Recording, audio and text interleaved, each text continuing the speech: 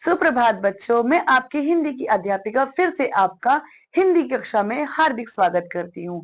उम्मीद करती हूँ आप सभी स्वस्थ होंगे, खुश होंगे और कक्षा के लिए बहुत उत्साहित होंगे। तो आइए बिना देरी के कक्षा शुरू करते हैं। तो बच्चों, आज हमारा पाठ है पाठ 6 अनोखा रखवाला। अब इसका परिचय इस प्रकार है। इस पाठ में बताया गया है कि हमें जीव जंतुओं के प्रति उदारता का व्यवहार करना चाहिए। वे बेजुबान होते हैं, लेकिन हमारे जीवन में उनका भी बड़ा महत्व है। उनकी अनदेखी नहीं करनी चाहिए। वे बहुत वफादार होते हैं। आइए उनके बारे में हम पढ़ते हैं। तो मतलब इसमें यह कहा गया, इस परिचय में हम यह जान पा रहे हैं कि हमें जीव जंतुओं के प्रति भी क्या होना चाहिए, बहुत ज्यादा उदार और वफादार होना चाहिए, क्योंकि वह हमारे लिए बहुत कभी कभी वफादार होते हैं। ठीक है बच्चों। वह परेशान होकर गंभीरता से छत पर खड़ा होकर दूर किसी पॉटरी मिल की धुआं उगलती काली चिमनियों की ओर देखता हुआ सोचने लगा कि अब क्या किया जाए। मतलब कौन, कोई तो है। देखिए कौन है। एक व्यक्ति है जो परेशान होकर गंभीरता से छत पर खड़े होकर दूर किसी पॉटरी मिल में निकल रहे धुएं को क्या करता है, उगलती काली चिमनियों से जो धुआं निकलता है ना बच्चों, उसको देखता है और सोचने लगा कि अब क्या किया जाए। फिर नीचे जो है उसकी पत्नी, नीचे पत्नी रो रही थी। उसने कल रात से खाना नहीं खाया था और आज भी फिर सत्याग्रह किए बैठी थी। कुत्ता बासी रूखी रोटियां चबाने के बाद पेड़ के नीचे पांव पसारे आंखें मूंदे निश्चित लेटा था। कभी कभी अपनी पूंछ से भिनभिनाती मक्खियां उड़ा लेता था, फिर टाट के चिथड़े की तरह निर्जीव सा पड़ा रहता था। अब नीचे क्या था बच्चों, जो पत्नी थी उसकी, वह रो रही थी। ठीक है। उसने कल रात से खाना नहीं खाया था और आज फिर वह अनशन के सत्याग्रह पर बैठ गई थी। जो कुत्ता था उनका पालतू, उसने सूखी रूखी जो रोटियां थी उसे चबाकर खा लिया और एक पेड़ के नीचे जाकर के शांति से बैठ गया। ऐसे निर्जीव सा बैठा हुआ था, सुस्ती जैसे, सुस्ती में आकर के क्या करता, अगर मक्खियां ज्यादा बैठती तो अपनी पूंछ हिला करके बस मक्खियों को केवल वह उठा देता था और निर्जीव जैसे टाट का चिथड़ा निर्जीव पड़ा रहता है, उसी प्रकार वह भी बच्चों पड़ा हुआ था। कल भी इसी तरह झगड़ा हुआ था। कुत्ते को लेकर के वह सीढ़ियों से नीचे उतर भी ना पाया कि पत्नी कपड़े धोने वाले मुगदर को नाचती हुई कुत्ते पर पिल पड़ी थी। इस आक्रमण से कुत्ता घबरा उठा था। पहले तो उसे सूझा नहीं कि किधर भागे, फिर एकाएक वह पिछले दोनों पांवों के बीच पूंछ सिकोड़े कै कै करता हुआ मंदिर वाली गली की ओर निकल भागा था।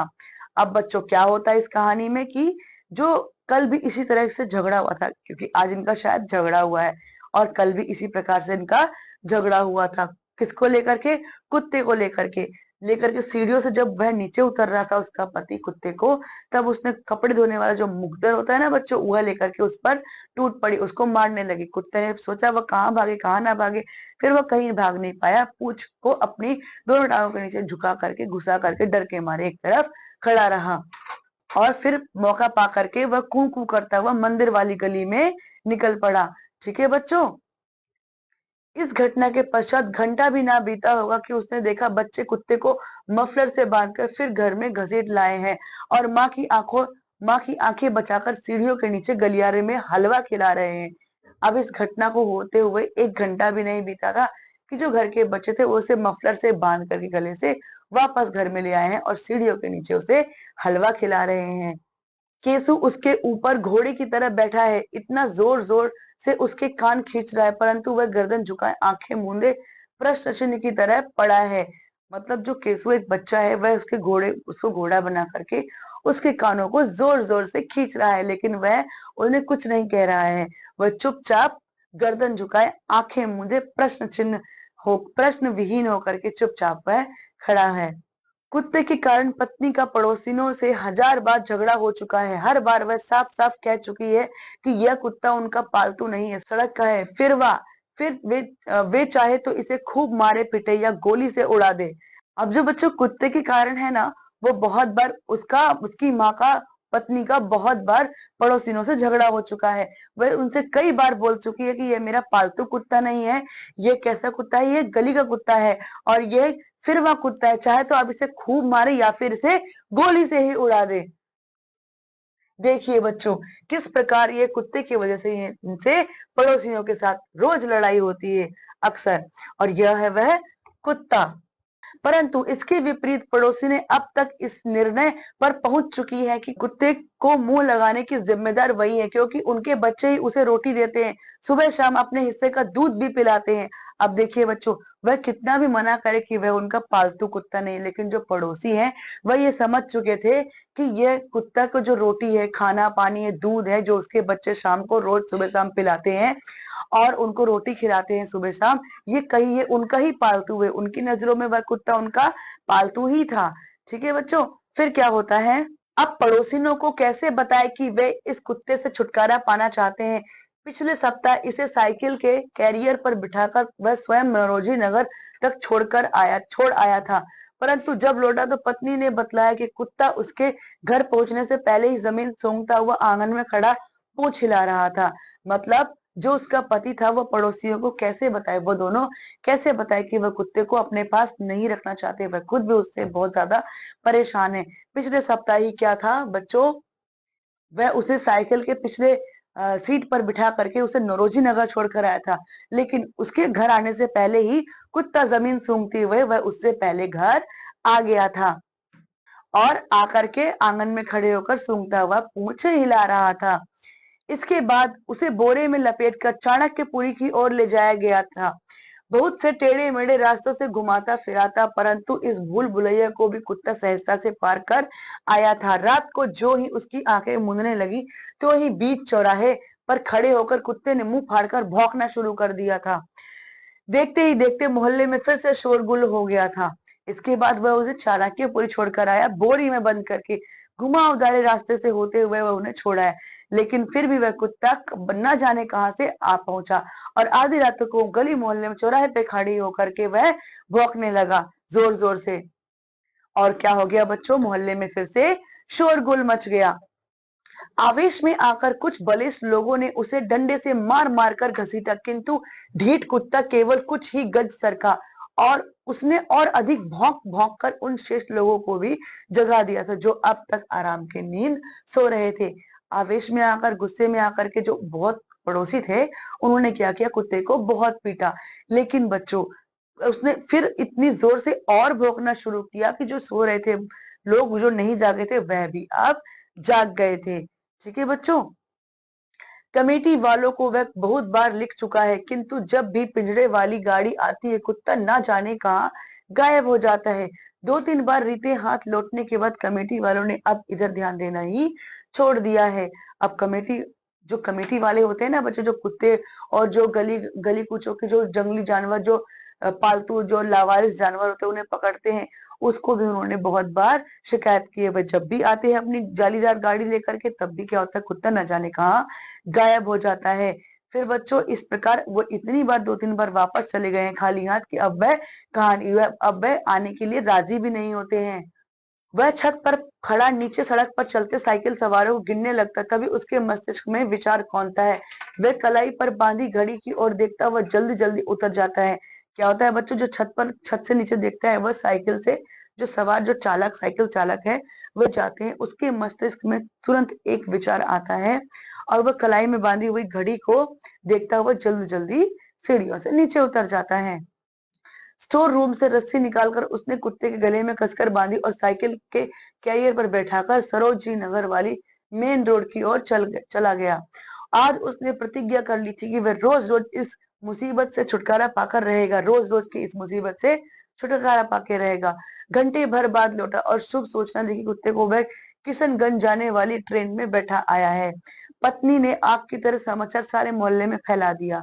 जो कोई भी शाम को ऑफिस से घर लौटता, उसे सबसे पहला समाचार बच्चों से यही सुनने को मिलता कि इना के पापा कुत्ते को आज रेल में चढ़ा आए हैं।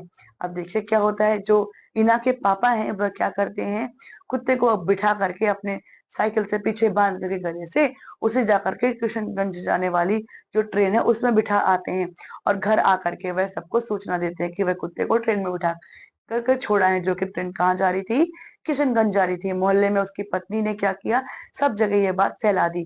और जब कोई भी अब दफ्तर से घर आता, सबसे पहले उनके बच्चे यही बताते कि इना के पापा जो है वह कुत्ते को आज रेल में चढ़ा आए हैं, अब कुत्ता नहीं आएगा। ठीक है बच्चों, अब क्या होता है, सबने चैन की सांस ली, चलो रोज रोज के झंझट से मुक्ति मिली। हाँ, आज रात नीरवता रही, इतनी नीरवता कि वह भी अखरने लगी। कहीं एक तिनका ना हिला, सब चैन से सोए। बहुत दिनों बाद गहरी नींद। अब क्योंकि कुत्ता वहां नहीं था, तो सब लोग जो है उस रात बहुत ज्यादा चैन से सोए। एक पत्ता भी शोर नहीं कर पा रहा था। ठीक है, सबकी बहुत अच्छी नींद हुई। परंतु प्रातः पाँव फटने से पूर्व सारा मोहल्ला सहसा फिर जाग उठा। बाथरूम में जाने के लिए अंधियारे में आंखें मलता हुआ वह जागा ही था कि लगा उसके पांव के नीचे की धरती धसक गई है। आंखें खुली की खुली रह गई। कमरे की सारी चीजें नरादर, टाइम पीस, ऊनी कपड़े का बक्सा, जेवर कुछ भी ना था। मतलब क्या था बच्चों, वहां पर कह सकते हैं हम चोरी हो गई थी। क्योंकि जैसे ही उनकी सुबह सुबह नींद खुली और वह बाथरूम में जा रहे थे, तो बाथरूम में जाने से पहले उन्होंने अंधियारे में आंखें मलते हुए बाथरूम में जाने लगे। उन्होंने क्या देखा कि वो आंख उन्होंने जस्ट खोली ही थी, वो क्या देखते हैं कि उनके पैरों के नीचे से धरती खिसक गई है। उनके जो सामान है वो यहाँ वहां कमरे में तहस नहस सामान पड़ा हुआ है। सारी चीजें चीजें नरादर यहाँ पड़ी हुई है। टाइम पीस पड़ी हुई है, ऊनी कपड़े, बक्से, कपड़ा, जेवर कुछ भी नहीं था। सब तहस नहस पड़ा था, जेवर सारे गायब थे। देखते देखते बहुत से लोग एकत्र हो गए। पिछले 3-4 महीनों में यह पहली चोरी थी। मतलब जो पिछले 3-4 महीने बीते थे उनमें यह क्या थी बच्चों, यह पहली चोरी थी। ठीक है, जब से कुत्ता आया था एक भी चोरी नहीं हुई थी। उसने पत्नी को सारा दोष दिया कि वह जिद ना करती तो वह कुत्ते को रेल पर छोड़ने नहीं जाता। शहरों में शोरगुल कहाँ नहीं होता। पत्नी मोहल्ले वालों पर बरसी। उसने कहा कि मोहल्ले वालों के ताने से परेशान होकर वह झगड़ा किया करती थी। क्या बुरा था, बच्चे खेलते थे, रूखी रोटी के बचे कुचे टुकड़े दे देते थे। किसी की गांठ से क्या जाता था। परंतु अब गहनों की याद आते ही वह रुआंसी हो गई। अब बच्चों क्या था, जो उसका पति था वह कहता है कि तुम ही रोज लड़ाई करती थी, इसीलिए मैं उसे ट्रेन में छोड़ाया, नहीं तो मैं छोड़ने ना जाता। और उसकी पत्नी कहती है कि पड़ोसी मुझसे रोज लड़ते थे, इसीलिए मैं उसे आपसे रोज लड़ती थी कि इसे छोड़ाओ, नहीं तो मुझे कोई परेशानी नहीं थी। रूखी सूखी रोटी खाता था, बच्चे उसके साथ खेलते थे और वह शांति से एक जगह पड़ा रहता था। अब गहनों की जब याद आती है बच्चों, तो वो क्या हो जाती है, उसकी पत्नी इनाकिमा रुआंसी हो जाती है। रपट दर्ज कराने वह पुलिस स्टेशन गया। वहां पुलिस इंस्पेक्टर उसी पर बरसा कि वह इतनी गहरी नींद क्यों सोया था।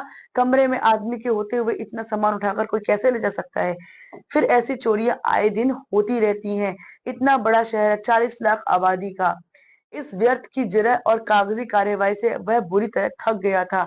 हारे हुए जुआरी की तरह वह दोपहर को घर लौटा तो देखा कि वही कुत्ता कीचड़ से सना हुआ न जाने कब से आंगन में बैठा है और टुकुर टुकुर उसकी ओर देख रहा है।